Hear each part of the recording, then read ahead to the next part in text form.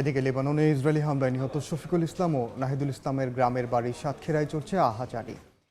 রাতেই পররাষ্ট্র মন্ত্রণালয় থেকে সদর উপজেলার ভালুকা চাঁদপুর গ্রামের শফিকুল ইসলাম এবং আশাশুনি উপজেলার কাদাকাটি গ্রামের নাহিদুল ইসলামের মৃত্যুর খবর নিশ্চিত করা হয়। এর পরপরই শোকের ছায়া নামে পরিবারে, কান্নায় ভেঙে পড়েন স্বজনরা।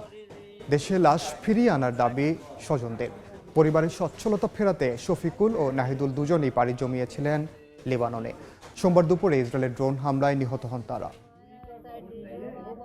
এই পরিবারটি সচ্ছল থাকার জন্য এই বাচ্চাটাকে বিদেশে পাঠায়। মাত্র কয়েক মাস সে গেছে এখান থেকে।